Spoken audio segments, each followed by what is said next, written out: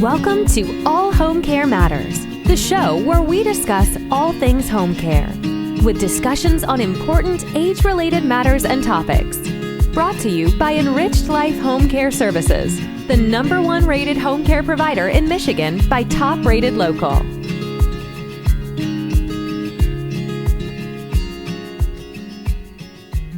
Hello, and welcome back to All Home Care Matters. If this is your first time visiting us here at the show, we want to say thank you for taking time out to be with us today. We appreciate how valuable everyone's time is, and that's why we try and make each episode here at All Home Care Matters something that will hopefully matter to you. Today, we are honored to welcome a remarkable man, Paul Wynn. Paul is a healthcare journalist and the co-author of The Caregivers Advocate, Volume 2. Welcome, Paul. How are you? Good to see you, Lance. Thanks so much for having me on the show. It's a pleasure. Yes, it's truly our pleasure, Paul. It's a long time coming. You and I have known each other for a while now, and I know I've invited you and tried to nudge you to come on before. You wanted to wait for something more special, even though I think all of the work you've done is tremendous and very special. But this is a special occasion because you are now an author, co-author of The Caregivers Advocate, Volume 2. Why don't you start by telling us a little bit about the new book? Yeah, so the Caregivers Advocate Volume 2, which just came out about a month ago, is a new release in a series of caregiving books. Obviously, there was a Volume 1 that with lead author Debbie DeMoss Compton, and she did a fabulous job pulling together all these authors. It's like an anthology of all these great topics that caregivers face. And it was so well received that she was asked to do volume 2. With the volume two edition, several authors returned from the first edition, but there's also a lot of new authors, and I'm proud to say that I'm one of those co-authors. And I wrote chapter 3 called Surviving the Sandwich Generation Years. Yeah. I'm interested because, I've been fortunate, and I'll even say privileged, Paul, that, you've asked me to help contribute on some articles that, I've said you're a healthcare journalist, so you're not necessarily not familiar with collaborating with other people, but, this going from an article collaboration to a full book with multiple authors, how did you find collaborating with the other authors shaping your experience in this project? Yeah, it was an amazing experience. Debbie is a veteran author. She's had many books published. Many other of the authors have also been part of books, but this is my first time. And I think for many people, even if you have a writing background, writing a book is very intimidating. It's like, where do you even start? I mean, you've written a book, and that's something to be really proud of. But just getting started by yourself can be a little scary and daunting. So to work with a leader like Debbie and then all these other co-authors, you had like a bit of a family where we all contributed together and we were on this journey as a team. And so that made sort of that fear factor really dissipate. And, because writing is a solitary exercise, but working with other co-authors made it really that much more exciting and interesting. And to see what everyone was bringing to the table, different topics, different experiences. I mean, everybody that contributed to this book has really walked the walk in terms of caregiving, either personally or professionally. And what's really exciting about the way the book is set up is that every chapter starts off with a personal story, some sort of anecdote, whether it's their family, whether it's friends, whether it's a professional experience. There's some sort of personal story that starts off with, and then it leads to all these great solutions and practical tips. And I got a lot of feedback from people that are like, I wasn't expecting it to be so heartfelt, so personal. And I think that combination really, really resonates with the caregiving community. Yeah, and I would agree wholeheartedly with that, Paul. oftentimes it's easy for people to stand and give advice. It's like the book smarts versus real life experience. And all of you have that real life experience. So I think that adds an extra layer of authority to what you're speaking about, but it also helps with relating to the reader because they can say, okay, this person isn't just saying this, they've actually lived it. And I think in this space, especially, that makes a world of difference. When I was helping my father, we would have nurses, doctors, you name it, coming and talking with us, checking in on him, talking about, the different things with us. And, but none of them ever could say, I know what you're going through because they hadn't gone through it.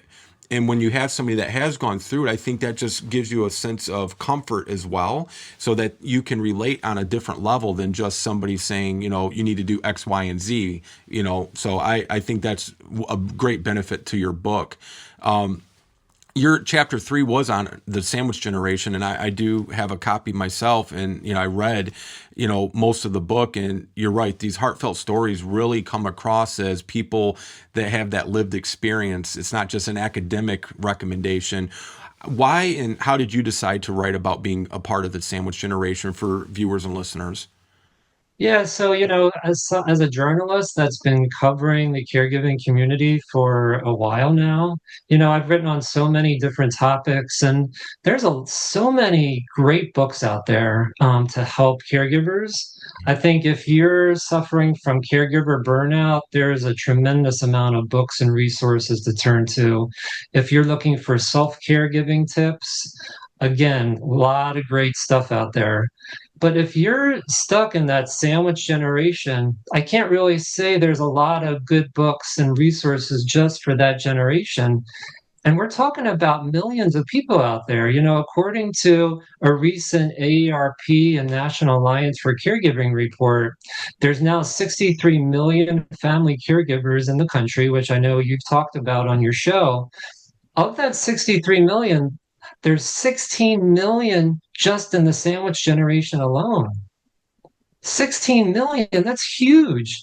And yet there really are limited resources out there to really help and support them. So I really felt it was important, having been part of that generation, to give them a voice, to find ways to help them out, to have something that they could relate to so they don't feel so alone and isolated. Yeah, no, and you're absolutely right. And Paul, I want to talk a little bit about your story, if you don't mind. Would you share with our listeners and viewers your caregiving story? Yeah, no, I'm happy to. I was in my mid 30s with elderly parents and young family, and I realized I was being pulled in so many different directions. I wanted to be there for my parents, help them through this really difficult chapter, but I also wanted to be there with my kids and play with them and see them grow up and be there for all those special moments and milestones in their life. And so I think, like a lot of sandwich generation folks, you just feel like you're pulled in a million directions. You get that feel like that you're squeezed. And where do you devote your time? How do you pick and choose where you're prioritizing? So I think that's a constant day-to-day thing that you have to juggle through. In my chapter, I talked about some of the solutions that I offered, because my parents, it was my dad who first, went through his journey with cancer. My mom was in great health, and she was his primary caregiver. My siblings and I, we were there really to support my mom, but it was really my mom and then my uncle, who's a Catholic priest in Connecticut, who really needed our support at that time in their life. They both had Alzheimer's.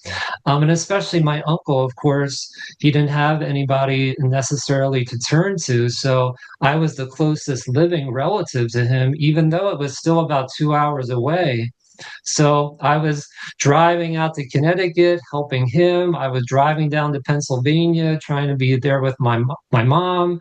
Obviously, my my kids were in my day-to-day lives, so it was constant. I felt this constant, pull and tug between the different generations, and it was a tough time. And I think a lot of sandwich generation caregivers feel that. But I think hopefully through my chapter, I give people some practical tips, but also help them realize there's some joy and some ways to try and bring those generations together so that they don't feel so isolated. Absolutely. Just to stick on your story just for a moment, when you're in that situation, and I don't know, were you involved as a healthcare journalist at that time, Paul? Oh yeah, sure. Okay. I know for me, anyways, I was in the throes of, my medical school pursuit, and we got a call, and that's when I became a family caregiver. And it was only for a 2-week period and ended up being almost 3 years. And we didn't get the resources. We didn't get the support. And I'm teaching in the student labs at the university. I'm doing student teaching. Like I said, I'm right in the middle of, the medical school thing. And never once, though, did I ever stop and say, wow, I'm a family caregiver. And never once did I get approached and offered any resources for being a family caregiver. Did you find that as your experience, or because you were so involved already in the, healthcare news and articles and research, were you already self-aware that, okay, I'm now a family caregiver and this is the resources available and this is what I can do? Or did you have to find out on your own? No, I definitely identified as a caregiver. And because of my journalism background, I realized that I had an opportunity to bring a lot of resources to our family and help us.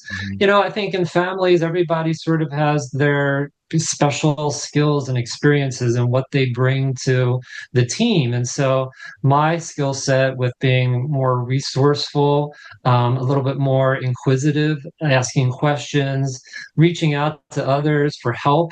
I think that comes very naturally to me. Others in my family are much better with like managing the finances or just literally being there on a more regular basis because I was a long distance caregiver too.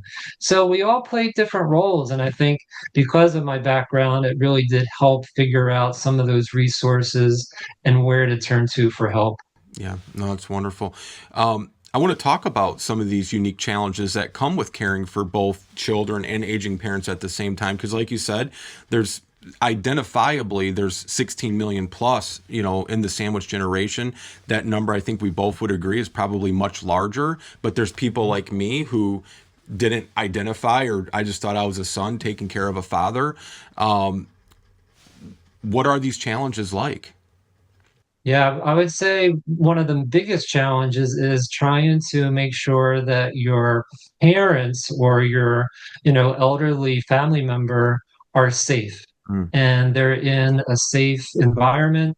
My mom, fortunately, was in a CCRC, a senior living community, where there was graduated care, moved from independent living into assisted living, and eventually into memory care. So we had set that up early on, and I always recommend to caregivers plan ahead because eventually your parents are going to need help. And so whether they live at home and you try to have them age in place, that's an option. Obviously, maybe they're going to live with someone else in the family, that's an option too. But a lot of families, because they're so stretched thin, they're also turning to these senior living communities to really be there to help them with their daily needs. And so my mom was well cared for that way. And then the other big equation was trying to get my uncle set up because he was really isolated where he was. There was no family near him. He did have a good community of faith and friends that helped him and supported him, but it's different. And we weren't really sure how to support him until we got him set up into an assisted living community in the Catholic faith where he felt comfortable. And until that happened, I was very nervous. You're always afraid that when they're living by themselves, they're going to hurt themselves. There's going to be a fall or there's going to be an accident. And he was starting to lose his memory. And I wasn't sure if he was really able to live by himself much longer. So, fortunately, with some support and friends, we got him in a safe place. And I think that's always the critical piece. make sure they're living in a safe community. And then, of course, the kids, like on top of that, layer on the kids, like, fortunately, I have a great wife who has, been there for everything through this journey. And she has her own special relationship with my parents and my uncle. And so she was willing to chip in and support me. Other family members were there to help, friends. So you really got to develop that circle of care to support you, because you can't do it all. Yeah, absolutely. And I know being a family caregiver, your most important thing is, like you said, is their safety. And, that weighs heavy on you as a family caregiver. There's that anticipatory grief, there's that fear. Sometimes guilt kind of creeps in too, depending on the circumstances. I think you did just a tremendous job, Paul. And, I want you, though, because of your experience, both lived and, professionally, offer some advice to others who are part of the sandwich generation right now. What would you recommend and advise them to do? Yeah. I think there's a number of things that people should be considering, and I know it's not perfect for everybody. Every circumstance is a little different, so some of these ideas may not work for everybody.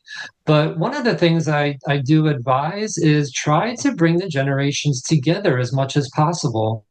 Don't keep them isolated or in their own little, bubble.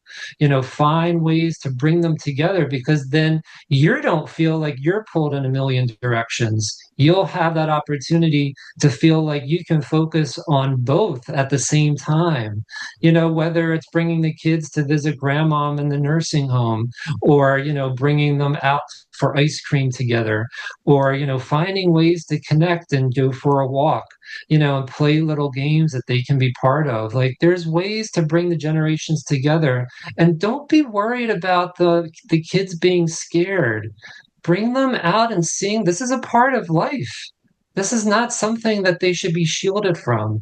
They're going to experience this eventually someday too. And so there's no reason why we should try to keep them so separated. Bring them together, find ways to share, and around the holidays, birthdays, all of that. It's so special. I remember at my my mom's birthday party, her last one actually, she amazingly was able to sing happy birthday, parts of it, not all of it, but she got some of it.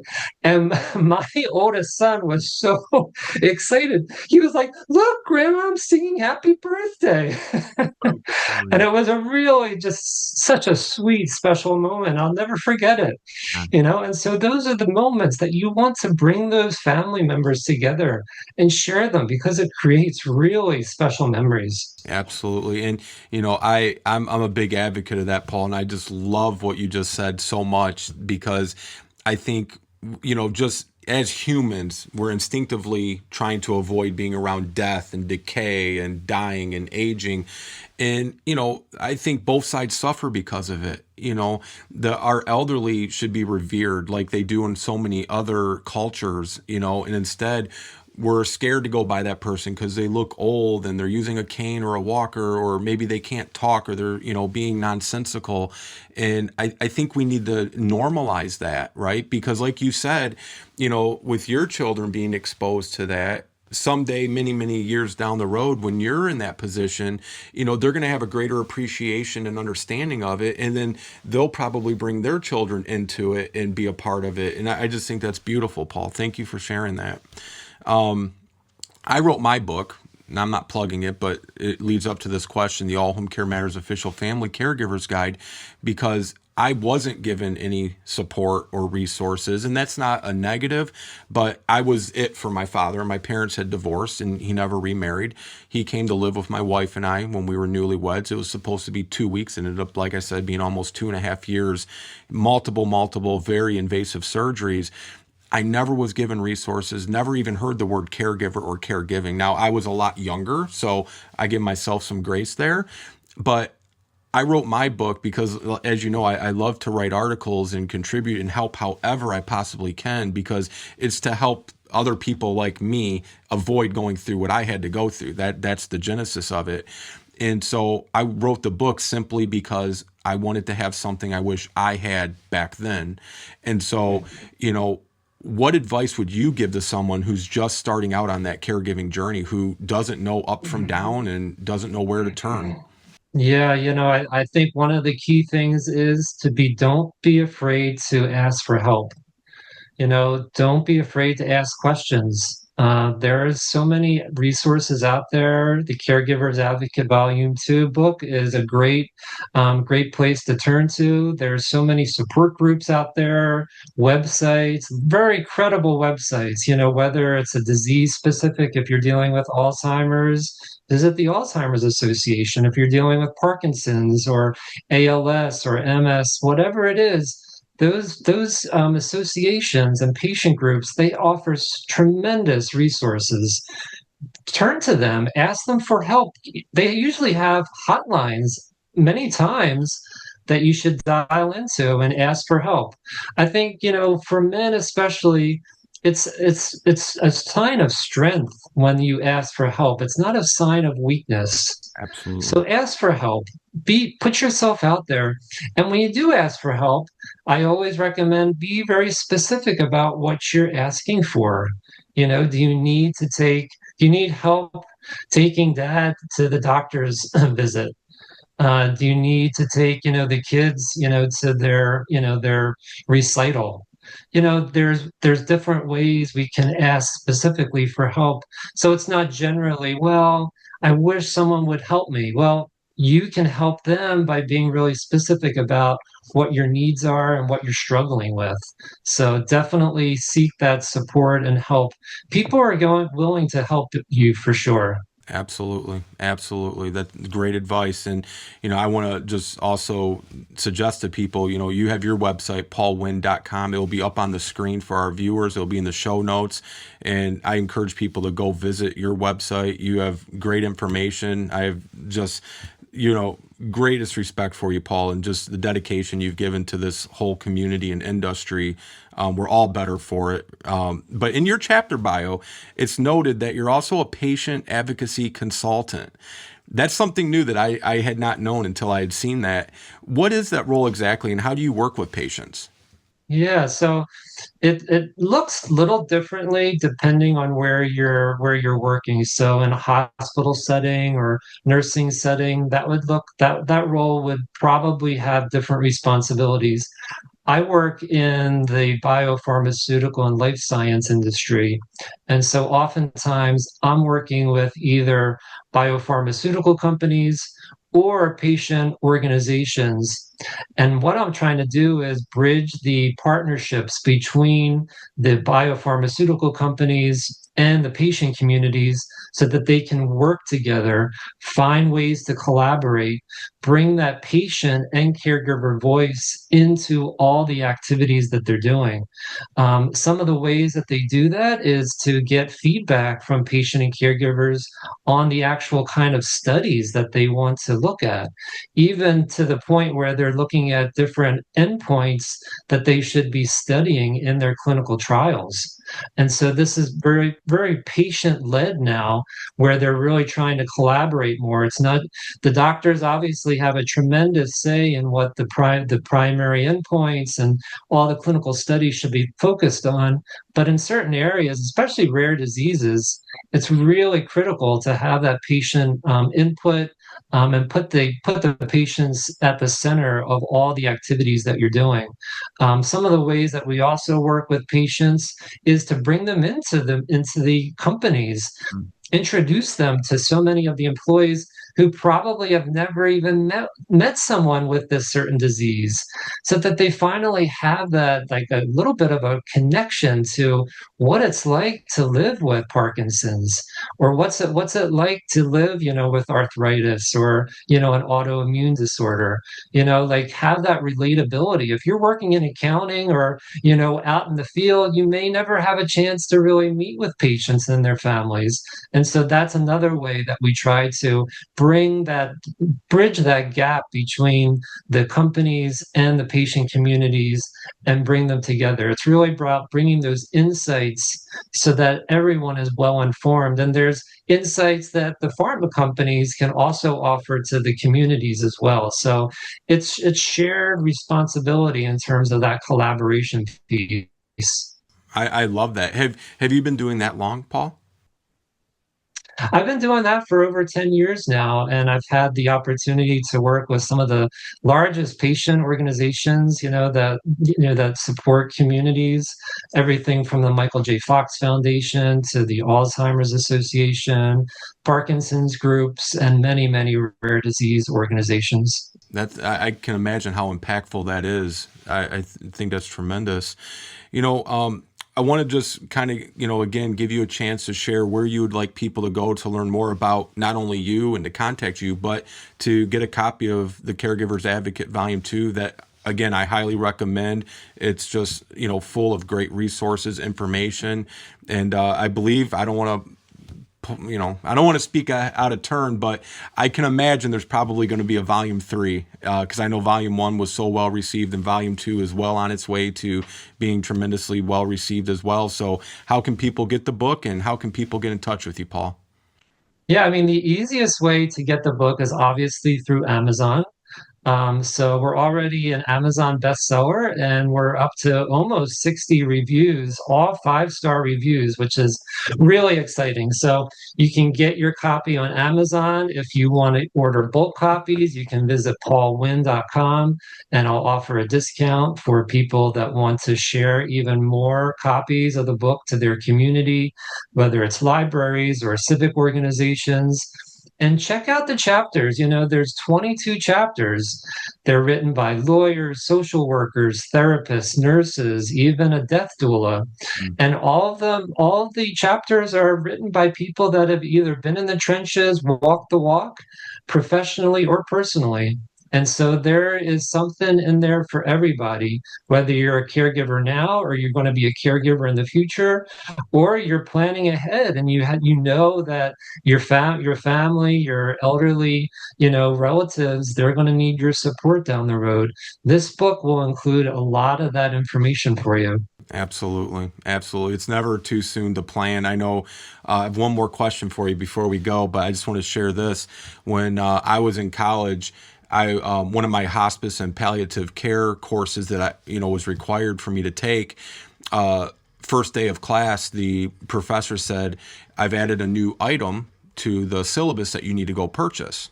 And, that's always a pain when you're a college student. You got to go back to the bookstore and you hope it's in stock, But it was very simple. It was called Five Wishes, which I'm sure you're probably familiar with. And Jim Toohey, the founder. And we picked it up, and you had to fill it out and turn it in. And then you would get it back, and then you're told to go store it in a safe place. Well, I'm, 22 maybe at the time, 23 tops. And it's all about identifying how you want to be cared and treated for in the event you can't advocate for yourself. And, when you're that age and you're a little naive and indestructible and invincible, you're like, why am I filling this out?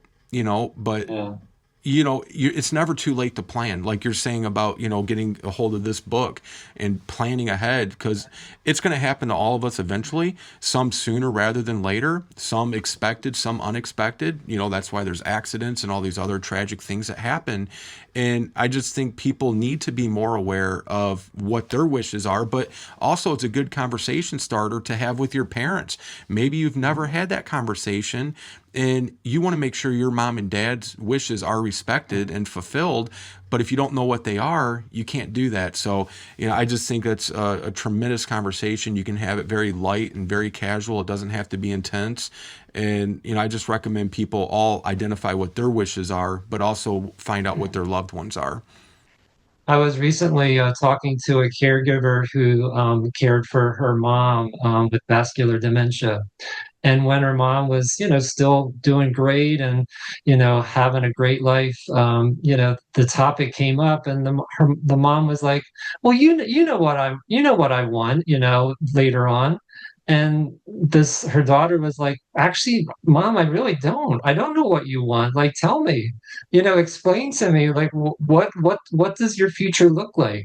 And I think there's a lot of families out there that make a lot jump to assumptions, conclusions, that there's no like real discussion about it. It's the elephant in the room, but it doesn't have to be.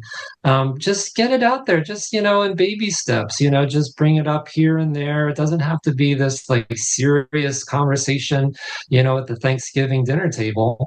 But just start to talk about it and ask questions and find out like what are people's futures look like, because you can plan ahead. And there's a chapter in the book written by Missy Crew who talks about getting ahead of that crisis and making sure that you're ready for all different scenarios before they happen. Absolutely. Thank you, Paul. All right, last question. I've been dying to ask you this for I don't know how long now, so I hope you're ready for it. You've been writing for 10 plus years? Double it, double that. 20 plus years. Do you have an article count? How many articles you've written? No, I have completely lost count. I just can't even imagine how many at this point. Is it safe to say it's in the thousands? It very well could be at this point. So what I would love to know, Paul, is out of all the articles you've written, all the stories you've covered, all the research you've done, all the interviews you've done, and it could be more than one, but out of all of that, what has stood out to you the most that maybe just really caught you by surprise? It was completely maybe opposite of what you expected, or a story that has just really stood with you all these years later. Give us your top 1, 2, or 3 articles that have really impacted you personally that you've written. Yeah. It's hard to pick a top 10 or top 5, and I guess it's always the articles that you're working on more recently that sort of stand out to you, right? So I think there's a really powerful piece that I've been working on for AARP about suicide and how do caregivers react when their loved ones start talking about suicide and having suicidal thoughts and inclinations. And I was just blown away by these families that were willing to come forth and share their very personal and private stories with me, and on the record. And this story will be coming out very shortly on aarp.org. And the bravery and the courage that the caregivers have shown, supporting their loved ones through this and helping them in every which way to make sure that they feel safe and they feel heard, and they don't jump to blame and make them feel guilty. Would you want to kill yourself and leave me alone? I mean, that's not the kind of message that you want to share with your loved ones. And so I was really just am really impacted by how open and honest they were with their private lives. And so that was really special. I think also the caregivers that I get to talk to, they're so inspirational. I mean, the dedication that some of these people have is just incredible. There's a woman by the name of Debbie Harris in Minnesota, and she basically runs almost like a mini ICU for her son Josh, who has very complicated medical needs. I mean, he's on, GJ tubes, feeding tubes, ventilators, so much equipment, to keep him alive. And she's not a nurse. She doesn't have a doctor, background, but she has learned on the job on how to keep him alive. And it's just stories like that that really just stick with me. And you're just like, these people, she's been living this for over 30 years. Wow. I mean, the dedication that these people have to their loved ones is just remarkable. And now she has a family, her 2 older sons support her. She has paid caregivers that help her. And she's doing the right things. She's getting the help she needs. So it's not all on her. It would be impossible for her to do it by herself. It takes a village to support these people. And so, I mean, there are just a few of the many, many caregivers who have inspired me over the years. Yeah, no, it's incredible. But you inspire me because you're out there sharing their stories, and they're the stories that need to be shared so people understand and can appreciate what caregivers go through.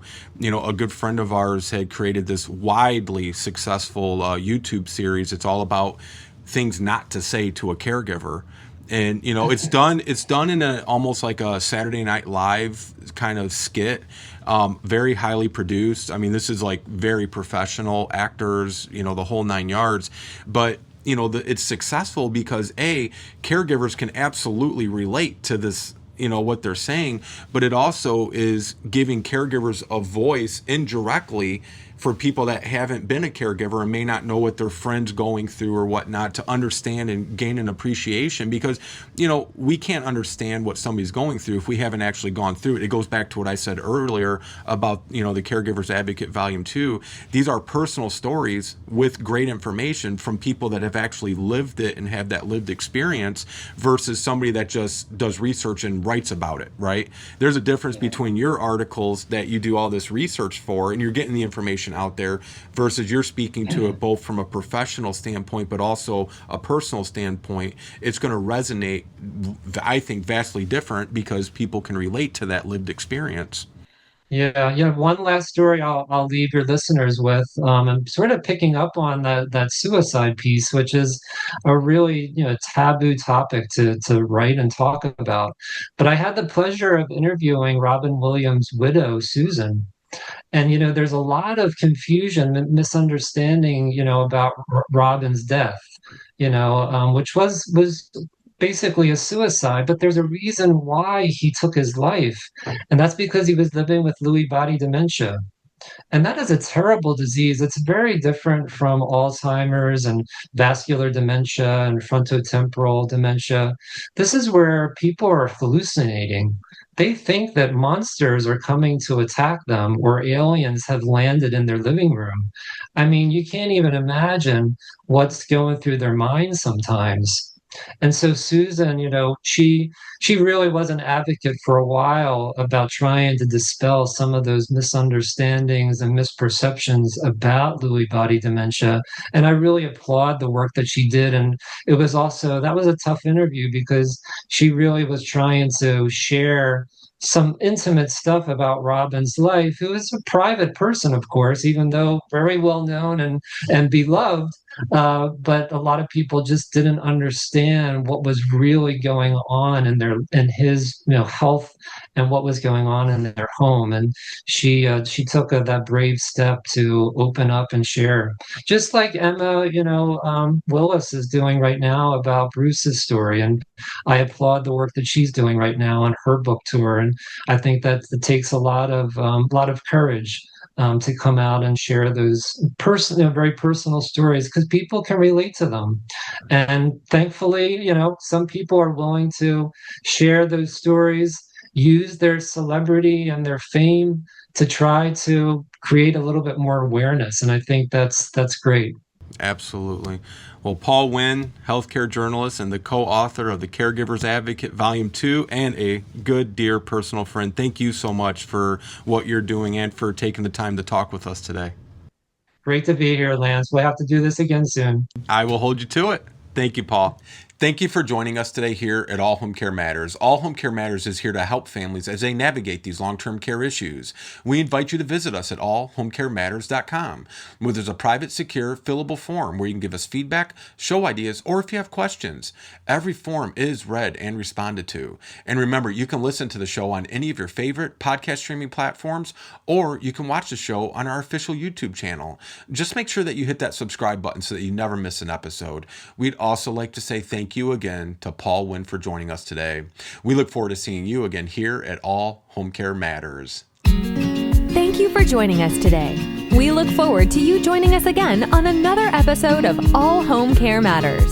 To learn more about the show and to connect with us, visit us at allhomecarematters.com.